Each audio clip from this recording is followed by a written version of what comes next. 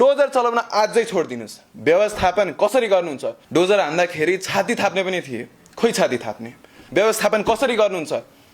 व्यवस्थापन कसरी गर्नुहुन्छ सुरुमा भन्नुस्। कति बजेट छुटाउनुहुन्छ, कहाँ जग्गा दिनुहुन्छ अथवा कहाँ राख्नुहुन्छ?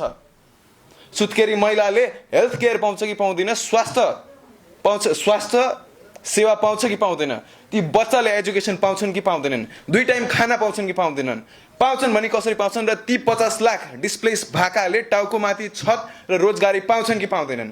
गरिबी कि चमेली भन्ने त्यो युट्युबबाट नि तपाईँ हटाइदिनुहोस्, मा कसम हटाइदिनुहोस्, त्यो कामै छैन।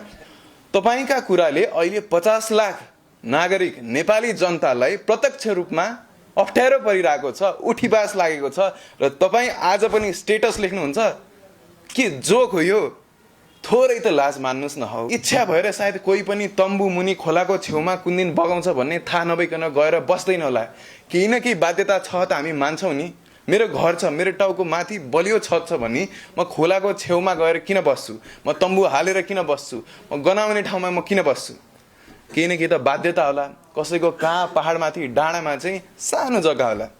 अब त्यो डाँडामा खेती गरौँ भने बाँदरले खेती गर्न दिँदैन, बेचौँ भने त्यहाँ किन्ने ग्राहक छैन। आज हामी मुख्य गरी 3वटा विषयको बारेमा बोल्न जाँदैछौँ। त्यो 3टा विषय भनेको एउटा भनेको चाहिँ यो लिपुलेखबाट चाहिँ भारतीय भक्तजनको